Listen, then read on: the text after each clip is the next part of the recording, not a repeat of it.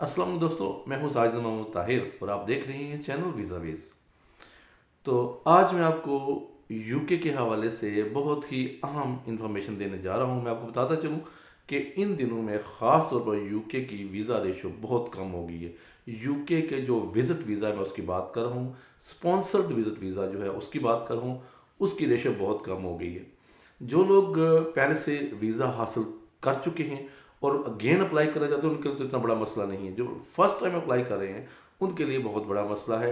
जब आप अप्लाई करें तो आप बेशक थोड़ा वेट कर लें, लेकिन अपनी बैंक स्टेटमेंट को इस नहज पर ले जाएं कि एम्बेसी आपको वीज़ा देने पर मजबूर हो जाए।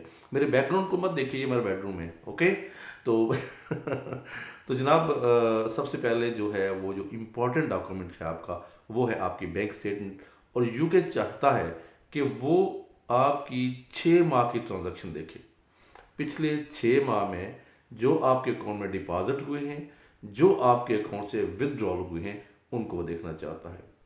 तो जैसे पहले होता था कि एम्बेसी बाज़ औक़ात आपके डिपॉजिट पर इतराज़ करती थी कि आपकी income monthly so and so 20,000 है, 30,000 है, 50,000 है, तो उसमें ज़्यादा पैसे आ गए हैं तब भी ऑब्जेक्शन है, और पूरे नहीं आया, किसी माह में नहीं आया तब भी ऑब्जेक्शन है। वो तो डिपॉजिट पे ही फोकस करती थी।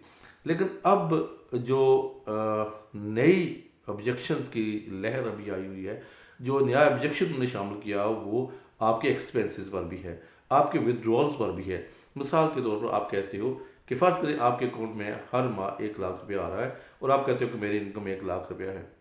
फिर उसके बाद आप कहते हो कि मेरे जो 50,000 रुपये मेरे एक्सपेंस हैं हर महीने के और 50,000 रुपये मेरी बचत है। तो उसमें ये होता है कि किसी माह में आपके अकाउंट से विदड्रॉल हो गए हैं 50 की बजाय 70,000।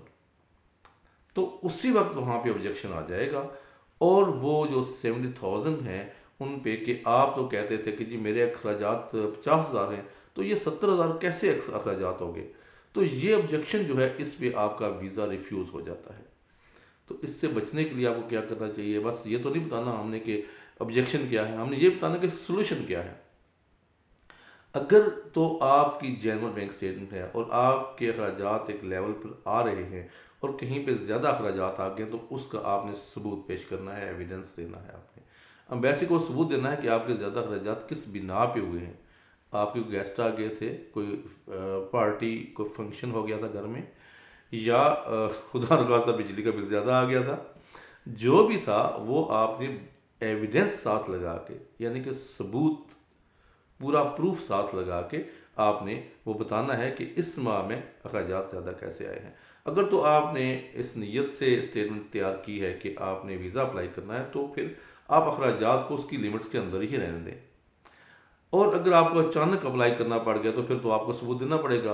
लेकिन अगर आप प्लान के साथ कर रहे हैं तो फिर आप, बेस्ट ये है कि आप एम्बेसी के लिए एक ख़ास बैंक स्टेटमेंट रख लें जिसमें एक मुनासिब डिपॉजिट आ रहा हो और उसी तरह का मुनासिब जो विदड्रॉल्स है वो हो रही हो। तो जो आपके रोज़मर्रा के अखराजात हैं ऑब्वियसली इतने एक्यूरेट नहीं हो सकते हैं हमारे इस मुल्क के अंदर। हमारी हर तरह की अपहीवल है, पॉलिटिकल अपहीवल है और बहुत से मामलात हैं। तो उसमें जब आपकी फाइनेंशियल सिक्योरिटी या स्टेबिलिटी नहीं है, तो फिर ऑब्वियसली इसकी फ्लक्चुएशन जो है वो ट्रांजैक्शन की हो जाती है। तो ये भी वो ऐसे काके नहीं है कि नहीं समझते हैं, मगर वो चाहते हैं कि जो बंदा स्टेबल हो, सही तरह से स्टेबल हो फाइनेंशियल, हम उसको वीज़ा दें, ताकि उनकी नज़र में वो बंदा वापस आ जाएगा, रहेगा नहीं। जबकि जो बंदा फाइनेंशियल स्टेबल नहीं है, उसके अंदर फाइनेंशियल स्टेबिलिटी नहीं है, तो वो बंदा यूके में रह जाएगा, वापस नहीं आएगा। तो इन हालात के पेश नज़र तो सबसे पहले जो बैंक स्टेटमेंट है उसके अखराजात पे भी आपने नज़र रखनी है। अखराजात भी हर महीने एक ही तरह के होने चाहिए। तो उसमें बड़ी बारीक बीनी से आप कीजिएगा। लेकिन अगर ये होता है कि आपके अखराजात आपने स्टेटमेंट मतलब बना ली है इस तरह की, तो फिर कोई वजह नहीं है कि आपका वीज़ा ना हो। इसके अलावा साथ साथ मैं आपको एक और बात बताता चलूँ कि इस वक्त जो वीज़ा रेशो है वो बहुत लो है। लेकिन जो सबसे अच्छा वीज़ा रेशो जिस कैटेगरी में जा रहा है वो है गवर्नमेंट एम्प्लॉयमेंट के अंदर, प्राइवेट एम्प्लॉयमेंट के अंदर, यानी कि जो प्राइवेट मुलाजिम हैं लेकिन उनकी सैलरी अकाउंट के अंदर आ रही है। बैंक अकाउंट के अंदर उनकी सैलरी डायरेक्ट डेबिट के ज़रिए आ रही है, तो फिर कैश डिपॉजिट को या कैश इन हैंड सैलरी को इतना ज़्यादा वो रिलाई नहीं करते हैं, इतना ज़्यादा ट्रस्ट नहीं करते हैं इस चीज़ के ऊपर। वो कहते हैं कि ये आपने हमारे लिए स्टेटमेंट बनाई है, जबकि आपको सैलरी वहाँ से नहीं आ रही। तो सैलरी जो है वो आपके एम्प्लॉयर से, आपके आजर से के अकाउंट से डायरेक्ट आपके अकाउंट में आनी चाहिए।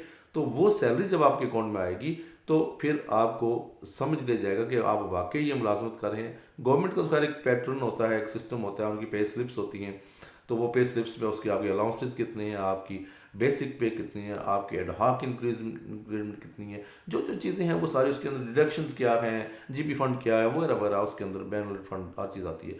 तो मुलाजम जो है उसके लिए वीज़ा हासिल करना ज़्यादा आसान है बनिस्बत इसके कि एक बिजनेसमैन है। तो जनाब, आज की इन्फॉर्मेशन तो मैं इस हद तक ही बताना चाहता था कि जो भी आप स्टेटमेंट तैयार करें, आप वीज़ा अप्लाई करने से पहले ये देख लेंगे। अगर आप एक्सप्लेन नहीं कर सकते हैं, अगर आपके पास एविडेंस मौजूद नहीं है, आपकी जो एक्स्ट्रा ट्रांजैक्शन हो गई है उसका आपके पास सबूत नहीं है, तो आप खामखा अपने आप को रिफ्यूज़ कराने के लिए अप्लाई करेंगे। ठीक है, उम्मीद है कि आपको ये आज की इन्फॉर्मेशन पसंद आई होगी। Thank you so much. Allah ने की मान।